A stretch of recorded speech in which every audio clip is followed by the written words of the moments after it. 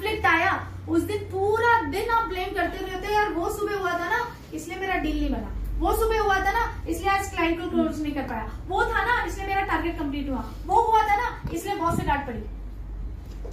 We are all the memories. अगर इस पूरे शरीर को आप देखेंगे तो ये आपका शरीर एक भंडार है मेमोरी का, स्मृति का भंडार हुआ। और स्मृति को आप इतना सीरियसली लेते हो ना कि जिसकी हद नहीं। और इसीलिए जब सुबह जो होता है ना आप उसको अपना क्लच पॉइंट मान लेते हो, वो आपका हुक पॉइंट है। अब पूरे दिन आप उससे कनेक्टेड रहते हो और उसी की एनर्जी में सारा काम करते हो। इसीलिए आपका मॉर्निंग में स्टार्टअप माइंडसेट बहुत जरूरी है, क्योंकि उसी माइंडसेट से आपकी एनर्जी बिल्डअप होती है। और जब वो एनर्जी आपकी पॉजिटिव बिल्डअप होती है तभी आप दिन भर में जितनी भी चीजें कर रहे हो वो हर एक चीज एक राइट डिसीजन मेकिंग फ्रेमवर्क के और स्ट्रक्चर में आ पाएगी। लोग पूछते ना मैम कैसे समझ में आएगा कि डिसीजन सही था कि गलत था? हमारे हिसाब से तो हमने सही किया था।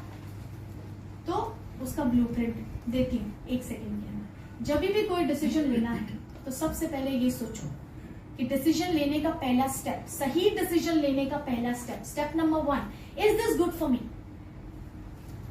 कभी ये मत सोचो ना कि पड़ोसी के लिए अच्छा है कि नहीं है, पहले खुद के लिए सोचो।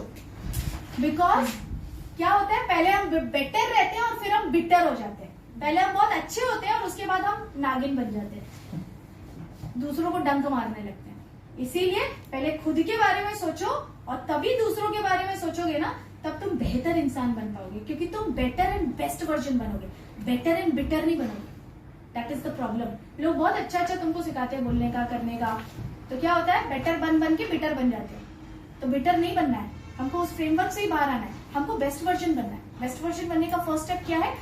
जब भी कोई डिसीजन लेना है पहले सोचो कि is this good for me? क्या ये डिसीजन मेरे लिए अच्छा है? क्या ये मुझे हार्म कर रहा है? क्या ये मुझे हर्ट कर रहा है? स्टेप नंबर 2, क्या ये मेरी फैमिली के लिए अच्छा है? क्या ये उनको हार्म कर रहा है? क्या ये उनके लिए अच्छा है? स्टेप नंबर 3, मैं जिस ऑर्गेनाइजेशन के अंदर मैं काम कर रहा हूं क्या ये मेरे प्रोफेशनल एथिक्स को सपोर्ट करता है या ये सपोर्ट नहीं करता है? 4th स्टेप, मैं जिस समाज, जिस सोसाइटी में रह रहा हूं, अगर मैं ये डिसीजन लूंगा तो क्या इस सोसाइटी को वो फेवर करेगा, उसका असेट बनेगा या लायबिलिटी में कन्वर्ट हो जाने वाला है? जब ये 4 चीजें हमेशा जीवन में अपने दिमाग पे रखोगे तो दुनिया में कभी भी कोई भी डिसीजन फेल नहीं होगा। And you will be taking every single decision with 100% self esteem. Self esteem क्यों इंपॉर्टेंट है?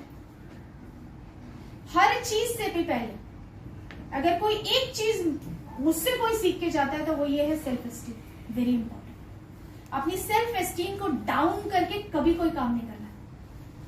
जब मिरर के सामने खड़े हो तब तुमको खुद को हमेशा इस तरीके से देखो कि खुद के लिए बहुत इज्जत फील होनी चाहिए, बहुत रिस्पेक्ट फील होनी चाहिए। किसी और को हो ना हो, कोई और तुम्हारी इज्जत तब करेगा जब तुम खुद की इज्जत करना सीखो। सबसे इंपॉर्टेंट है।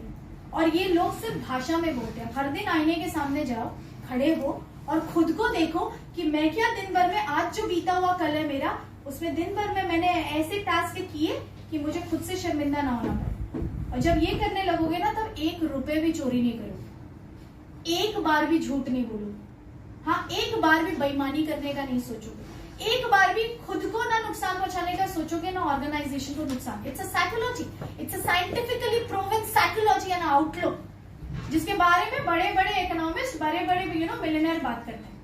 लेकिन आज वो आपको इन्वाइट करना जरूरी है, क्योंकि you people are the professional going to be a part of a very high end corporate, because this is what your seniors are planning to create this as a corporate. तो वो corporate culture नहीं लेके आओगे, वो corporate ethics नहीं लेके आओगे, perish हो जाओगे। As simple. ऐसी किसी नॉर्मल सी कंपनी में कल फिर यहाँ का जॉब छोड़ के कहीं और मार्केटिंग एजेंट का, कचरे जैसे मार्केटिंग एग्जीक्यूटिव आज भरे पड़े मार्केट के अंदर, and you better know this, क्योंकि आप वो काम कर रहे हैं, राइट? कचरे जैसे टेलीकॉलर्स, एक जाता है, दूसरा आता है, दूसरा आता है, तीसरा आता है। आज तो स्कूल कॉलेजेस के बच्चों को भी हम टेलीकॉलिंग का जॉब दे देते हैं। तो आप में उनमें क्या अंतर? तो बिल्डअप करना पड़ेगा ना, वो अंतर, वो डिफरेंस को बिल्डअप करना पड़ेगा ना, ताकि आप क्या बन जाओ। एक वर्ड बहुत इंपॉर्टेंट है, क्या बन जाओ? मास्टरपीस। अपनी ऑर्गेनाइजेशन में हमेशा ये सोचो कि मुझे कोई रिप्लेस नहीं कर सकता, मुझे कोई रिप्लेस नहीं कर सकता। मैं जहां खड़ी हो जाऊं मुझे कोई रिप्लेस नहीं कर सकता, क्योंकि I am ready to learn. सबसे इंपॉर्टेंट चीज जो है, I am ready to learn. मैं हर वो चीज सीखूंगी जो मुझे ग्रोथ का रास्ता दिखाएगी। मैं आलसी नहीं हूं। मैं अपने टाइम, अपनी एनर्जी, अपनी फिजिकल हेल्थ, मेंटल हेल्थ को पुश करके काम करना जानती हूँ, क्योंकि मुझे पता है कि वो मुझे कुछ देगा। I never work in my comfort zone. I know how to push my limit. You should know how to push your limits every single time, क्योंकि क्या होगा, 40 इयर्स के बाद लिमिट पुश करना बहुत मुश्किल हो जाता है। अभी you are into that age जहां पे आप लिमिट को पुश करो। ठीक है, तो क्या क्या सीखा? स्टेबल रहना, कंपनी चेंज नहीं करना, एक ही कंपनी में खुद को ग्रो करना। एग्जैक्टली। नेक्स्ट स्ट्रैटेजी हम लोग की तरफ से जानी चाहिए। स्ट्रैटेजी हमारी तरफ से जानी चाहिए। अच्छा, स्ट्रैटेजी जाने के लिए क्या करना पड़ेगा? मान लो स्ट्रैटेजी बनाना है। कल मैंने आपको बोल दिया कि I want the strategy for next month from your side, तो कैसे बनाओगे स्ट्रैटेजी? कंपेयर करूंगी कि मतलब अभी तक क्या हुआ है और आगे क्या कर सकते हैं, वो दोनों का मिक्सचर बना के प्रोवाइड करूँ। आपको स्ट्रैटेजी बनाने बोलूंगी हाउसिंग कार्ड के लिए, क्या करोगे? अभी तक जो हमने 1 मंथ से वर्क किया है वो, और आगे अब हमें क्या न्यू आइडियाज अपने ऑर्गेनाइजेशन में लाना है जिससे कि हम और बिल्डअप कर सकें इस चीज़ को। स्ट्रैटेजी अपने जो प्रीवियस गलती है उसको तो पहले तो एनालाइज करूँ कि क्या क्या मिस्टेक हुई थी और किस कहाँ पे मैं लैग कर गया, उसको पहले अपना वो करूँगा, कंप्लीट करूँगा, देन नए आइडियाज को इम्प्लीमेंट करूँगा। ये सब बात की बात है। सबसे पहले अपने बॉस के दिमाग में घुस जाऊंगा। एडवाइस आपको क्या चाहिए? सबसे पहले ये सोचना पड़ेगा कि I am the boss of the company, I am the owner. जिस दिन तुम ये पर्सपेक्टिव चेंज कर दोगे ना कि यू आर अ एग्जीक्यूटिव नहीं बाबा, यू आर अ बॉस, उस दिन क्या होगा? उस दिन स्ट्रैटेजी भी आप ही की तरफ से आएंगी, एग्जीक्यूशन भी आप ही की तरफ से होगा, और ग्रोथ पॉइंट भी आप ही की तरफ से आएंगे। Are you getting it? तो सबसे पहला स्टेप स्ट्रैटेजी बनाने का यही है कि this company is mine, I need to build up the strategy. और तब फिर ये बातें आती हैं, कॉम्पिटिटर एनालिसिस, फिर मैंने पिछले महीने क्या गलतियां की, एग्जीक्यूटिव्स के साथ कैसे कम्युनिकेट करना है, मुझे कौन कौन सा कस्टमर मेरा एक्चुअली कस्टमर है मार्केट के अंदर, कस्टमर एनालिसिस, मेरे कस्टमर का नीड एनालिसिस, ये सब बात की बात है। पहले तो साइकोलॉजी, माइंडसेट कि I am the boss of my company, getting it? इस साइकोलॉजी के अंदर बैठना है। योर लर्निंग सारी चीज़ों को एनालाइज करके आगे बिल्डअप कैसे करना है चीज़ों को, खुद को भी और साथ में मैं जहाँ पे वर्क कर रही हूँ। Okay, so you are a jockey. तो ये पॉइंट आप अपने प्रोफेशन के अंदर या अपने जो भी आप काम कर रहे हैं उसमें कैसे इम्प्लीमेंट करोगे?